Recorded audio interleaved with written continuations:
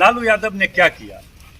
एक लाइन से उनका उपलब्धि कई है, सैकड़ों हो सकता है, ठीक है, लेकिन एक उपलब्धि छोटा सा बताना चाहते हैं कि लालू जी के राजनीतिक उदय से पहले आज संविधान नहीं होता तो साइन जी भी समस्तीपुर के एमएलए नहीं हो सकते थे, विजय साहू भी मोरबा के एमएलए नहीं हो सकते थे। ये संविधान का दिया। बाबा साहब जब हॉस्टल में पढ़ रहे थे तो नेहरू जी घूम रहे थे।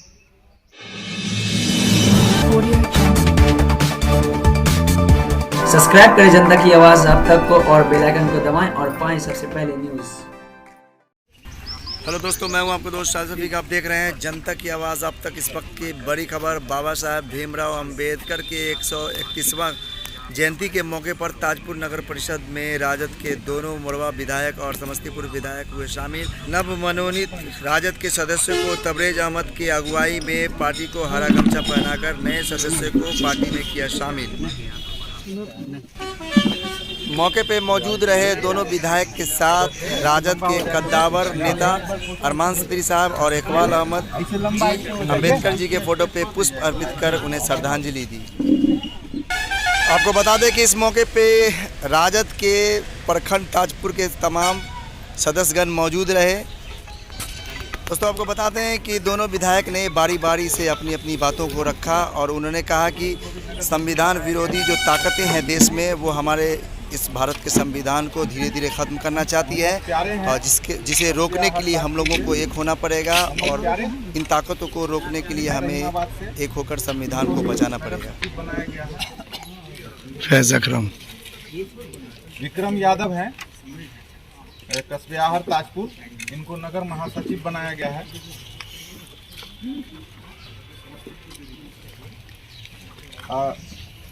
अरजित कुमार हैं, मोतीपुर ताजपुर पंचायत से, इनको नगर सचिव बनाया गया है।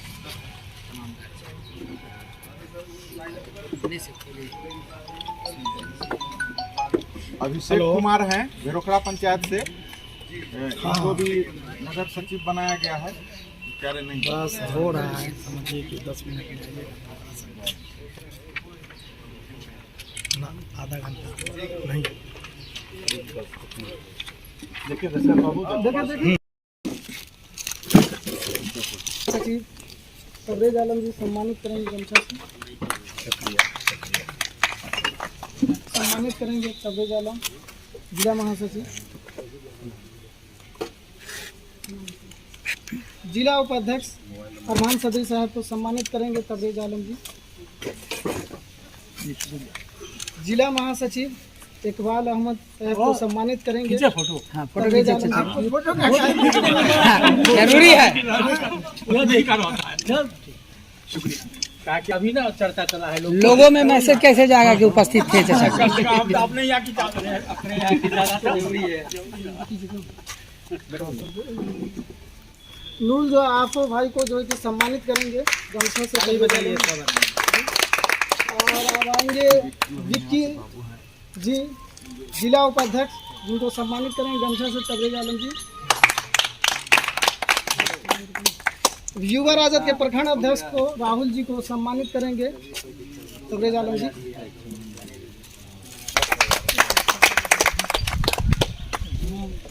तबरेज आलम जी जिला महासचिव।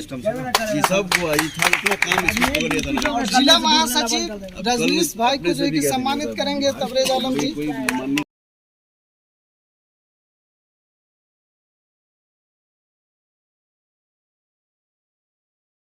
सम्मानित करेंगे गमछा से। कल जुमा है, एक बार और अगले जुमा।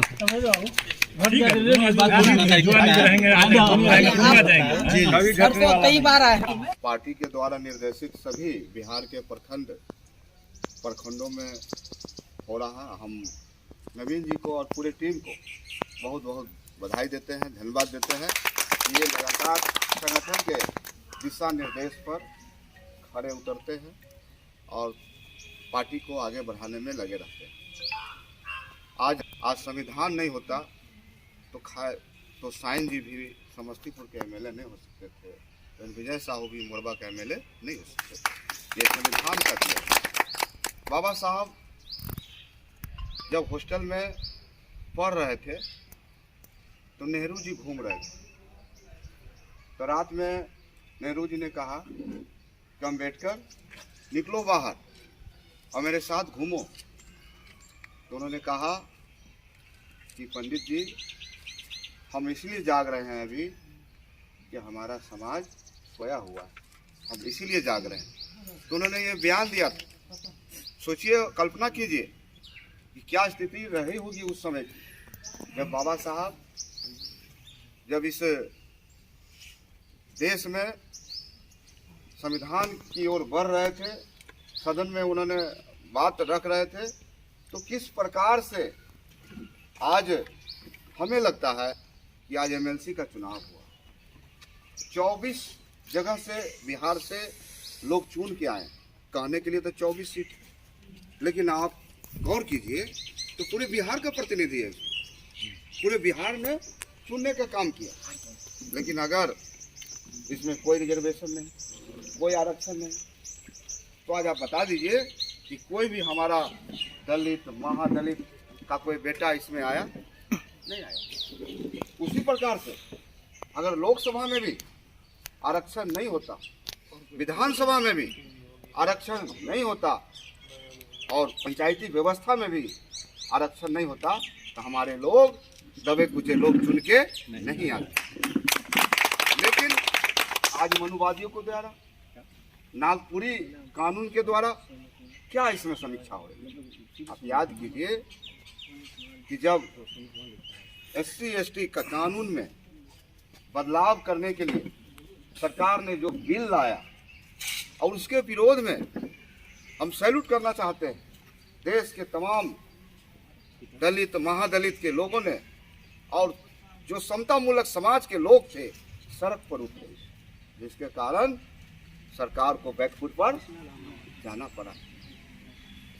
आज उसने देखा कि हम इस प्रकार से आरक्षण को डिस्टर्ब नहीं कर सकते, तो क्या फॉर्मूला है, अगल बगल में 10-20 IAS बैठते हैं जो उसी विचारधारा के लोग हैं और राय देने में माहिर लोग हैं। उन्होंने कहा कि हम चलते हैं अब निजीकरण की ओर। हम इधर से सफलता जब हमको नहीं मिला तो चलो अब निजीकरण की ओर, अब निकल पड़ा निजीकरण की ओर। BSNL, सेल, भेल, गेल, रेल। अरे जब हम लोग छोटे थे तो हम लोग भी अपने समय में रेल का भी परीक्षा दिए, मेडिकल का भी परीक्षा दिए। तो 15 दिन पर हम लोग एग्जाम का प्रोसेस देखते थे कि आज चले सिकंदराबाद रेल का परीक्षा, आज कलकत्ता बोर्ड का परीक्षा। क्या संभव था ना, होता था ना। आप बताइए 7 साल के इतिहास में कोई ऐसा वैकेंसी देश में, हम नौजवानों को बोलना चाहते, खासकर नौजवान हैं, आप सब लोग पढ़े लिखे हैं, जुड़े हुए लोग हैं, तो आप बताइए कहीं कोई इसका कोई वैकेंसी है, कोई इसकी कोई व्यवस्था है?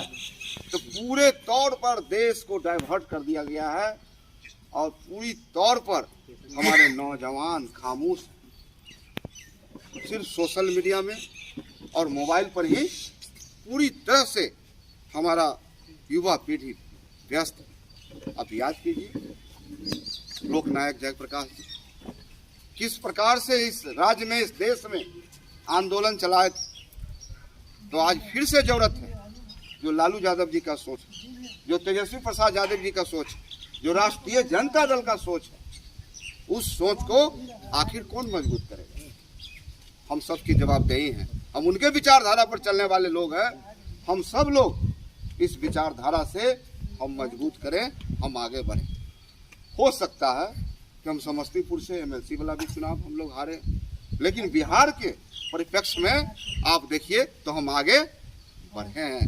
6 गो आप MLC जीते, 9 गो हमारे विचारधारा से, 3 व्यक्ति हमारे विचारधारा से ओत पोत हैं जो निर्दलीय वाले जीते।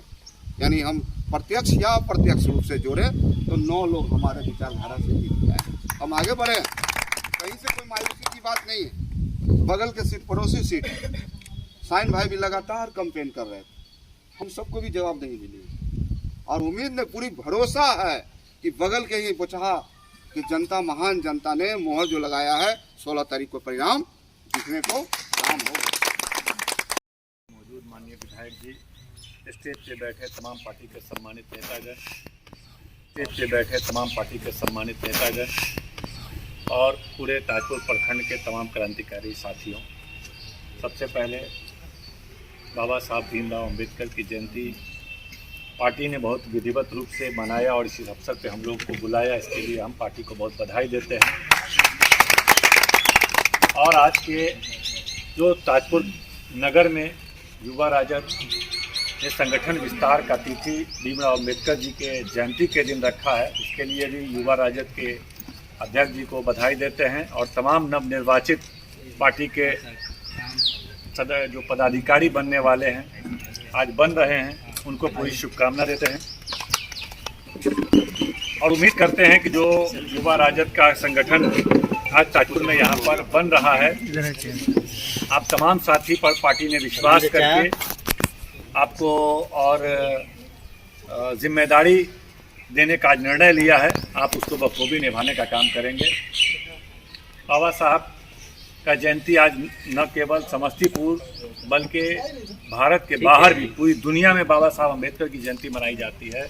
और बाबा साहब अम्बेडकर एक ऐसे व्यक्ति थे जो बहुत ही निर्धन और गरीब और एक अछूत घर में पैदा होने के बावजूद और तमाम तरह की समस्याओं से जूझते रहने के बावजूद उन्होंने किस तरह से शिक्षा दीक्षा प्राप्त किया, ग्रामीण क्षेत्र से लेके अपने ज़िला से लेकर के और मुंबई से लेकर के लंदन से लेके पूरी दुनिया के बड़े बड़े विश्वविद्यालयों में, ये आज के युवाओं के लिए संदेश है कि एक गरीब और उस समय का वंचित समाज कहा जाने वाला, अछूत समाज कहा जाने वाला, जिसको अनेक तरह की कठिनाई थी, शिक्षा का कोई अधिकार नहीं था, पैसे नहीं थे, घर माता पिता एकदम गरीब आदमी थे, वह आदमी उस समय न केवल भारत का बल्कि विश्व के चंद विद्वानों में से एक विद्वान बन करके सामने आया।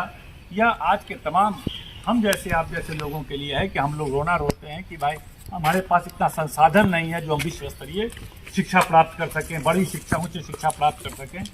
और उन्होंने जब शिक्षा प्राप्त किया तो उसका परिणाम भी आपके सामने है कि उन्होंने व्यापक परिवर्तन देश में लाने का काम किया। और जो हजारों साल से वंचित समाज था, अछूत समाज था, जो वर्ण व्यवस्था से जकड़ा हुआ था हमारा देश, और उसको हक अधिकार दिलाने में एक महत्वपूर्ण भूमिका निभाई। अनेक समस्याएं आए, अनेक कठिनाइयां उनको झेलनी पड़ी, प्रताड़ना झेलनी पड़ी, उसके बावजूद उन्होंने भारत के निर्माण में और भारत के उत्थान में, खासकर वंचित समाज, पिछड़े समाज को हक हकूक दिलाने में जो भूमिका निभाने का काम किया है, उसको हमारा देश कभी नहीं भूल सकता है। और एक व्यक्ति जो अछूत समाज था और गरीब लड़का था, वो व्यक्ति शिक्षा प्राप्त करने के बाद करोड़ों लोगों को इस मुकाम तक पहुंचाने का काम किया। जो हमारे विधायक जी बता रहे थे कि आरक्षण दिलाया, जिसकी वजह से तमाम लोकसभा, विधानसभा, तमाम जगहों पर, नौकरी में, हर जगह शिक्षा में आरक्षण मिल के कारण लोग आगे गए और जा रहे हैं।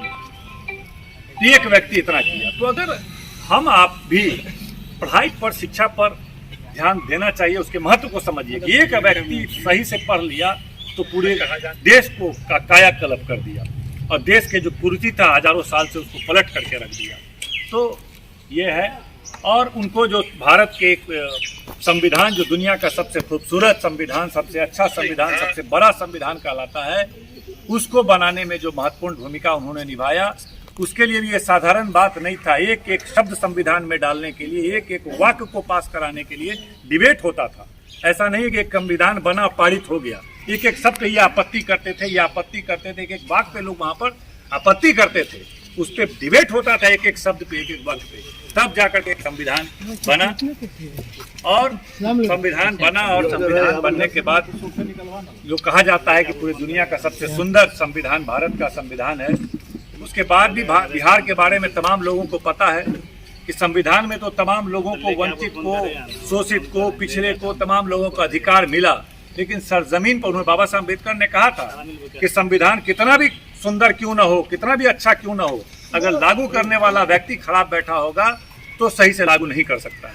तो वही हुआ, आज़ादी के 60 साल 50 साल के बाद भी वंचितों को अधिकार नहीं, शोषितों को अधिकार नहीं, तमाम के साथ प्रताड़ना होती थी, लोग कुर्सी पे बैठने का अधिकार नहीं, बड़े लोगों को ऑफिस में जाने का अधिकार नहीं, उन लोगों के सामने तमाम तरह की समस्या से जूझ रहे थे। फिर हमारे बिहार में 50-60 साल के बाद लालू प्रसाद जी का राजनीतिक उदय होता है और वास्तविक रूप से जो आज़ादी मिलती है, जो मानसिक गुलामी से आज़ादी मिलती है, वो हमारे नेता लालू प्रसाद यादव दिलाने का काम करते हैं।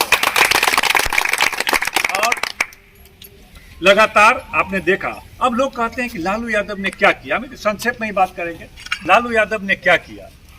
एक लाइन से उनका उपलब्धि कई है, सैकड़ों हो सकता है, ठीक है, लेकिन एक उपलब्धि छोटा सा बताना चाहते हैं कि लालू जी के राजनीतिक उदय से पहले आप पूरे बिहार के राजनीतिक परिदृश्य को देखिए कि आबादी ओबीसी की कितनी होती थी और कितने विधायक उनके होते थे, अति पिछड़े समाज के कितनी जनसंख्या थी और कितने विधायक थे।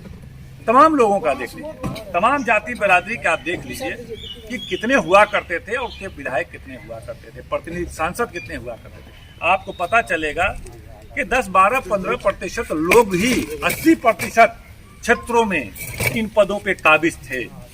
80% क्षेत्रों पर काबिज थे। इसी बिहार में, इसी समस्तीपुर का आप उदाहरण देखते जाइएगा, सरारंजन में कौन हुआ करते थे, कल्याणपुर में कौन हुआ करते थे, विभूतिपुर में कौन हुआ करते थे, इवन समस्तीपुर में भी करपी ठाकुर से पहले भी और जगह अब पता कीजिए, ठीक है।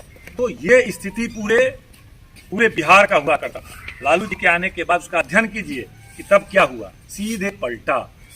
पूरी व्यवस्था को उन्होंने पलटने का काम किया, जो बहुत ज्यादा चर्चा का विषय नहीं करने की आवश्यकता है, लेकिन इसको अध्ययन करने की व्यवस्था है कि पूरी व्यवस्था को, जो बाबा साहब ने संविधान बनाने के बावजूद कर्पूरी ठाकुर के राजनीतिक एक नेतृत्व, एक अति पिछड़ा का आने के बावजूद वास्तविक रूप में समाज में वो जागरूकता नहीं आ पाई थी, जो लालू यादव के आने के बाद बाबा साहब अम्बेडकर, कर्पूरी ठाकुर का सपना साकार हुआ था।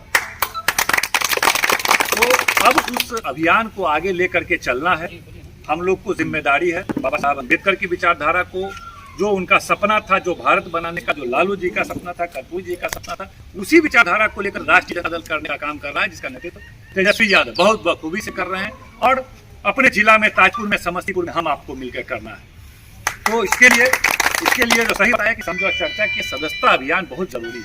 हम लोग बहुत औपचारिकता में सदस्यता अभियान को ले लेते हैं और बहुत कारगर ढंग से नहीं कर पाते। इसमें हम लोग भी दोषी हैं और तमाम लोग, सब हर लोग जो जिम्मेदार हैं, तमाम लोग दोषी हैं। लेकिन अभी हम लोग यहाँ पे कमिटमेंट करते हैं, हम और रणविजय साहू जी और तमाम लोग यह कमिटमेंट करें कि भाई हम लोग ये लक्ष्य तय करें कि हर बूथ पर 4 क्रियाशील सदस्य होगा, मतलब 100 प्राथमिक सदस्य होंगे और उस बूथ पर जो 2-3 बरादरी के लोग रहते हैं, तमाम का सदस्यता कटे।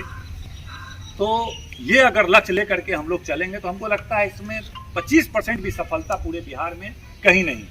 हर बूथ पे अगर देखा जाए, कहीं 10 सदस्य होंगे, कहीं 20 सदस्य होंगे। जहाँ पे बहुत सक्रिय नेता हैं, आपो भाई हैं, तो अपने बूथ पे बैठ के काट दिए 10-20 ठोको, या कोई आदमी है तो 10-20 ठो काट दिए। लेकिन जो लक्ष्य अगर तय किए हैं कि 100 आदमी को हर बूथ पे सदस्य बनाना है, इस लक्ष्य को लेकर के अगर चलेंगे तो हमको लगता है कि पार्टी का भी निर्देश यही है। और इसको हम ताजपुर में, पूरे बिहार में क्या हो पाता है कि नहीं, जिला में क्या हो पाता नहीं, ताजपुर को चुनौती ले। आपको लगता है ताजपुर में जिस तरह के कार्यकर्ता समर्पित लोग हैं और बहुत मतलब के विचारधारा से मजबूत लोग यहाँ पर नजर आते हैं और तुरंत एक कॉल पे तमाम महत्वपूर्ण लोग आ जाते हैं, हमको लगता है यहाँ ताजपुर में 1 नंबर पे, पूरे जिला में 1 नंबर पे, पूरे बिहार में 1 नंबर पे। और इसमें पंचायत में जब सदस्यता अभियान चले तो हम लोग को बताइए, एकदम वादा करते हैं कि जिस भी पंचायत में आप बुलाइएगा कि आज इस पंचायत में हम लोग अभियान चलाना चाहते हैं, हम लोग निश्चित रूप से प्रयास करेंगे कि उस पंचायत में हम लोग भी वहाँ पर आएँ और आपके इस अभियान में सहयोग करें। इसलिए इन्हीं चंद बातों के साथ बाबा साहब भीमराव अम्बेडकर जी के चरणों में श्रद्धांजलि अर्पित करते हैं, नए पार्टी के सदस्यों को बधाई देते हैं और सदस्यता अभियान में ये ताजपुर प्रखंड सबसे कारगर रहेगा, इसकी शुभकामना देते हैं। बहुत बहुत धन्यवाद।